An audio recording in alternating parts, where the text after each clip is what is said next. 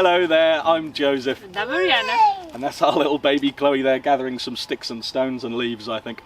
Today it is a beautiful, brisk winter's morning here on the side of the Gardenia mountain, and we are just outside of a gorgeous village called Fairytale, which is very close to the town of Fundão.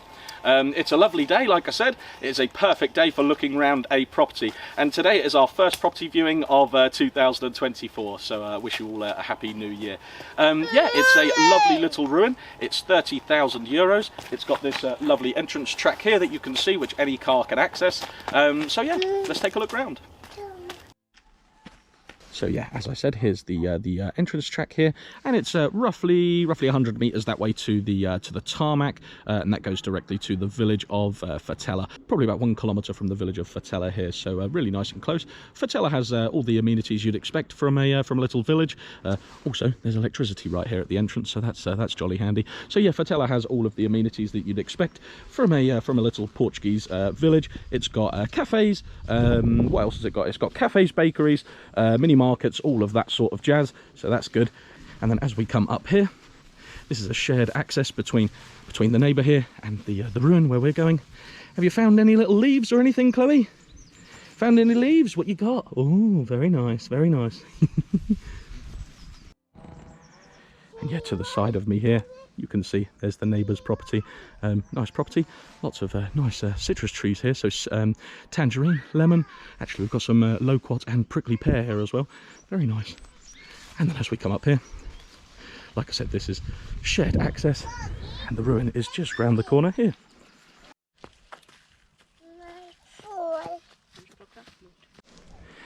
And yeah, as you first come into the property here, obviously we've come off of the shingle track where we started, and we've come onto dirt. So this is the access track right to the property here. So you would need to do something with this, arrange it, put some shingle down, or maybe some calçadas or something like that to make it a little bit more accessible for a vehicle. And the property line starts exactly here. The size of the property is 4,900 square meters, so that is just a bit over an acre or half a hectare. And it's quite a pretty little place here. Very tranquil. It would be extremely tranquil if one of the neighbours wasn't chainsawing down there. But you could just hear him in the distance. He's over there a couple of farms over.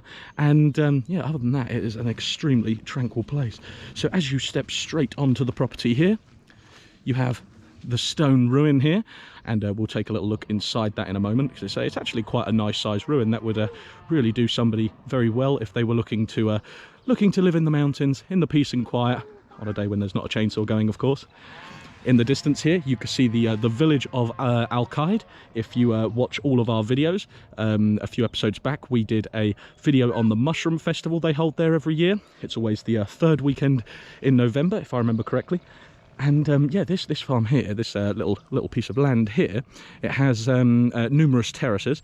Chloe's going to demonstrate that now as she falls down one of them.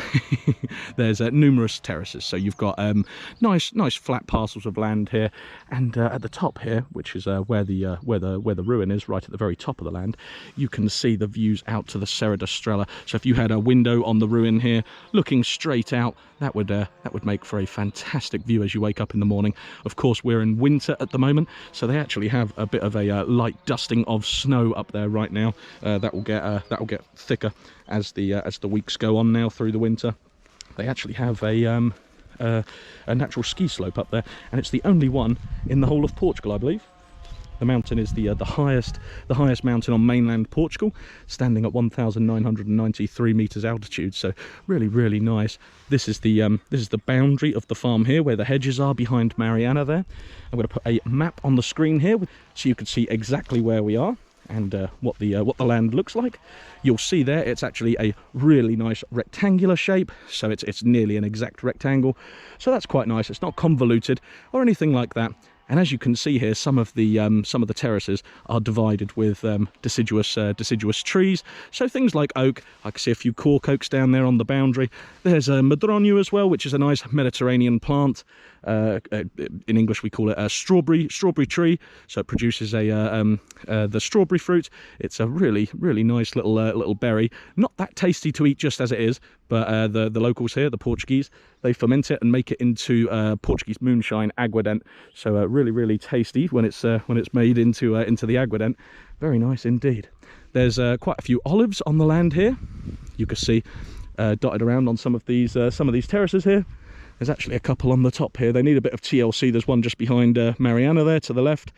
Another one here, another one there, another one there. There's roughly, I would say, probably about 40 olive trees on this land. As we go down the terraces, you'll see the rest. There's some water sources as well that I'll show you in a little while. Like I said, electricity isn't too far away, so it's quite a nice parcel of land here. If I just take a couple of steps back, you can see the rest of the village of Al-Qaid up there. Really pretty. You can see the church there. No doubt you can hear the church bells in the distance here. So yeah, really pretty. Should we walk down and see some of the other terraces? Yeah, let's go. Come on, Chloe. Bless her heart. Right. You okay getting down that terrace? Do you want a hand? No, you sure? It's quite a nice gentle slope. Yeah. You sure? Yeah. Mariana is not just pregnant, but she is extremely pregnant right now. Yeah. I'm being the best partner in the world, dragging her around all the farms. But no, she's just been to the hospital this morning for a routine scan, and yeah, it's beautiful to see. The technology is just amazing nowadays. They have the 3D scans and everything, and yeah, it's amazing. I shouldn't keep talking about babies though. You don't want to hear that. You want to see the rest of the property, I'm sure. So on this side here, the boundary, like I said a little while ago, it's a nice straight line. It's pretty much a rectangle, so it goes up to where the canes are there. So really nice and easy to see. So you've got another handful of olives on this terrace here. Plenty of land to do whatever you wanted here. If you were just looking to move to the mountain, live in tranquility, have a few chickens, have a veg patch, all of that sort of thing. I probably would have the veg patch up here near the house. I think I would. I think so. Yeah. There's a well on this land as well. So yeah, nice water source. Little olive trees here. They've had a bit of a prune. They've been cut down. They still need a bit of TLC though, but of course you can see they're quite resilient olive trees. They always bounce back. You can give them a real hard prune and they still bounce back. Some of these trees are actually quite young, not ridiculously young, but probably looking at about sort of 6-8 years old, something like that, I suppose, looking at the thickness of the trunk there. And yeah, talking about the boundaries, it's nice and easy to see on this side as well. There's a nice bank here, all with bushes and everything. You could pop a little fence along there if you wanted to. Of course you don't have to, but you can if you wanted to. Oh, this one has had a branch snap on it. Not sure what the tree is. I think it might be some variety of oak. I think I'm not sure. As we move down here, of course the land, no one lives here, of course it's a ruin, so the land does need a little bit of TLC. You can see it's not really been cleaned that well here. It needs a brush cutter coming through, but yeah, 1 acre with a guy with a brush cutter, or you could get a tractor on this land, a mini tractor, so there's plenty of room as you come down the terraces there, like you can see, for a little tractor to come down, so you could clear it with a tractor maybe in 1 day, 2 days. With a brush cutter, yeah, it's going to take you more than a week, I would say. But nice and easy to do. It's just broom and things in here. A little bit of bramble I can see dotted around as well. So yeah, nice and easy. The canes give a nice natural barrier, in actual fact, along the boundary down there. And you can see there's a gorgeous big cork tree there as well. Lovely. Another one behind me here. Beautiful. I can hear some cockerels in the distance crowing. Very nice. It's rather chilly, I'm going to say, because I get a lot of people in the comments always asking what the temperature's like at different times of the year and stuff here. Today it's got to be probably 10 o'clock in the morning right now, I suppose, about 10, half 10, and it's 8 degrees Celsius here, centigrade, so it's not too chilly. It's okay. The morning can get a little bit of frost here and there, but it's normally gone by somewhere about 9:30, 10:30. The frost is already gone. Again, nice terraces here. Lots of deciduous trees around, deciduous woodlands, so really nice. And yeah, plenty of space to do whatever you wanted here. You could even keep a couple of goats or a couple of sheep. They would really help trim the verges, keep the weeds down and everything. And yeah, beautiful, and keep you company as well. Sorry, Mariana, squeezed past. So yeah, as we keep going down, I was right about the church bells. You could just hear them in the distance there. as we come down, I believe this is the final terrace, or is there one more? Could be one more, could be one more. The neighbouring lands here, as you can see, they don't do too much with the land. It's just grass, the odd olive tree. There's a little olive grove down there. Yeah, all of that sort of thing. You can see houses over there, maybe 200, 300 metres away from the bottom terrace here. So neighbours close enough, but also far away enough so you're not going to be on each other's doorsteps, so to speak. As we come down here, yeah, really nice flat terrace, and they're all quite gentle terraces. They're not very high. Each one is about sort of 50 centimetres to a metre higher than the previous. And a pretty piece of land. If you're interested in this farm, or if you have any questions or anything like that, please do feel free to send us an email, farmerforfun@outlook.com, and one of the team will get back to you. Or of course you can check out our website, www.farmerforfun.com, to see this property and others. Yeah, there is one more terrace. I wasn't sure if there was then or not. So as we come down here, I can hear some neighbours.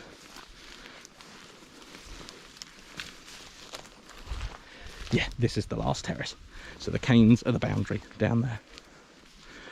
So yeah, I can hear the blackbirds. Beautiful. This is the largest of all the terraces, I would say. It gets slightly wider at the bottom here. And yeah, really nice views here, going out to the Serra da Gardunha. And very peaceful. And today we are blessed with a beautiful blue January sky. Very nice indeed. See, I'm not sure what you would do. If it was me personally, I'd fence probably these last two pastures here. Have a fence going in the middle with a gate as well, so I could rotationally graze just a couple of animals, a couple of goats, a couple of sheep, maybe a donkey. A donkey would be fantastic. I love donkeys. Mariana does too, and Chloe in actual fact. We all love donkeys. A little bit of bramble there. That needs coming out, needs trimming. There they are. I've dragged you right down to the bottom. Now we're going to go back up to the top and check out the ruin. Yeah. Oh, and before I stop filming, I should probably say where the well is as well, shouldn't I? It's this way. This way, Chloe. Watch that bramble. The well, we're not going to be able to see it perfectly because it's inside all of the bushes. But it is here somewhere. It is in these brambles here, if I'm not mistaken. But as you can see, I'm not going to be fighting my way through that bramble. Needs a brush cutter to come in, hedge trimmer, brush cutter, get all of that out, and maybe have a little burning pile, or I don't know, compost. Don't know if bramble composts very well. Wouldn't imagine it does, but maybe. So yeah. And where all of the water sources, you can see all of these. It's a subspecies of willow, I believe. Not sure which. Someone will know. Oh, did you hear that? There was a turkey in the distance. Did you hear it? Gobble, gobble, gobble. Do you know what a turkey says, Chloe? Gobble, gobble, gobble. Can you say it? Have you gone all shy? Have you gone all shy? Ah.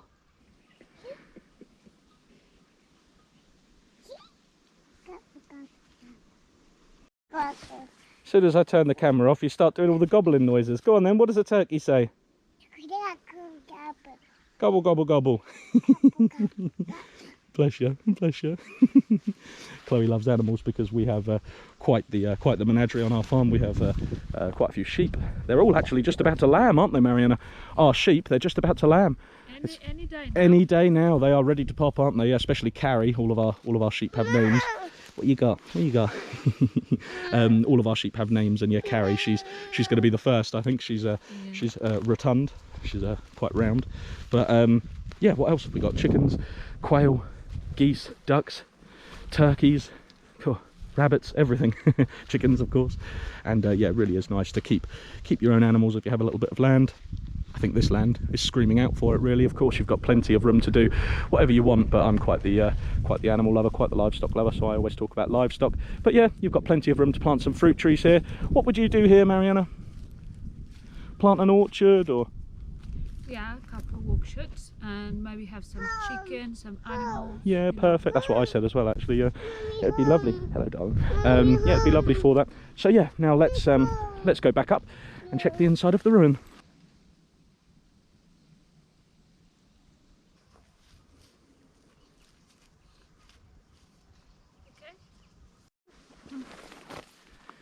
And now, as we come back up to the top of the land, I can still hear that turkey going in the distance. Gobble, gobble, gobble. There you go, you can see the ruin there. We are, where are we facing here? North is that way, so south is that way, east, west. And yeah, we've got a nice, lovely view of the snow-capped mountain there to the north. Gorgeous. This is the, I was just counting the terraces as we come up. This is number 4, so the top one is number 5. So that's 5 terraces in total. Each of them a decent size. Not massive, but not tiny, so a decent size to do whatever you wanted with. And then we come up to the ruin. The door, funnily enough, is on this side. Not sure why they did that, but of course if you're going to keep the door there, that needs to be all cleared out. Or what you probably should do, in my opinion, is to put the door on the north side. That's going to make it easier to access, easier to reach. A few little baby madroño trees here. Mostly all of the brickwork is good on the walls, as you can see there. Quite flush here, quite flush there. A little bit of a bulge at the end there. That needs to be brought down, rebuilt back up again. We have, of course, numerous different contractors and contacts that we could put you into. How gorgeous is that? It's like a fairy tale with all the little pennywort and the moss growing on the schistose rocks. Beautiful. And then here is the ruin. Probably couldn't be extended too much. We'd have to ask an architect about that, but probably couldn't be extended. You can go up a little bit. You can go out a little bit as well, but not too much. But yeah, really pretty, really nice, and a lovely size for someone looking to live on their own, or a couple looking to just live in the mountains, off-grid or something. Of course, you don't have to be off-grid though, because there is the electricity close by. Water, municipal water is probably too much of a stretch. That's a little bit too far away. But yeah, of course, you can get a borehole dug into here, so that would be what I would suggest, to be honest. And we have a contact who can provide boreholes at €25 a metre into the ground, so nice and cheap. You'd probably have to go maybe 60 metres into the ground, something like that, and you would be guaranteed pretty much unlimited water then, so that would be perfect. I'm trying to find my way through the bushes here, because at the back of the ruin there, that's the east boundary to the farm. At the back there, that is, I'm not sure how well you can see it, I can't get through because they're very spiky, these bushes. Should have brought a brush cutter with me. That is a little pigsty right next to the building there. Beautiful, beautiful, gorgeous. That building has seen some action. That is rather old. I would love to know how old. Unfortunately, there's not really any way of telling, but it's going to be well over 100 years old. Look at that beam on there, crikey. Beautiful. And a big log holding it up. Gorgeous. But yeah, the walls, as I said, nice and flush on 90% of the building, apart from that little bit that I spoke about a little while ago, which is over there in that corner. Needs bringing down and building back up again. But yeah, beautiful. I think that is pretty much it. Mariana is no doubt dying to get back home. So yeah, I'm going to leave that there. Hope you all have a fantastic week. Thanks for watching. Please do get in contact with us. Like I said, email us farmerforfun@outlook.com, or yeah, go on our website www.farmerforfun.com. Chloe, say bye. Bye bye. Bye. Bye. Bye bye. Bye everyone. Bye everyone. Bye everyone.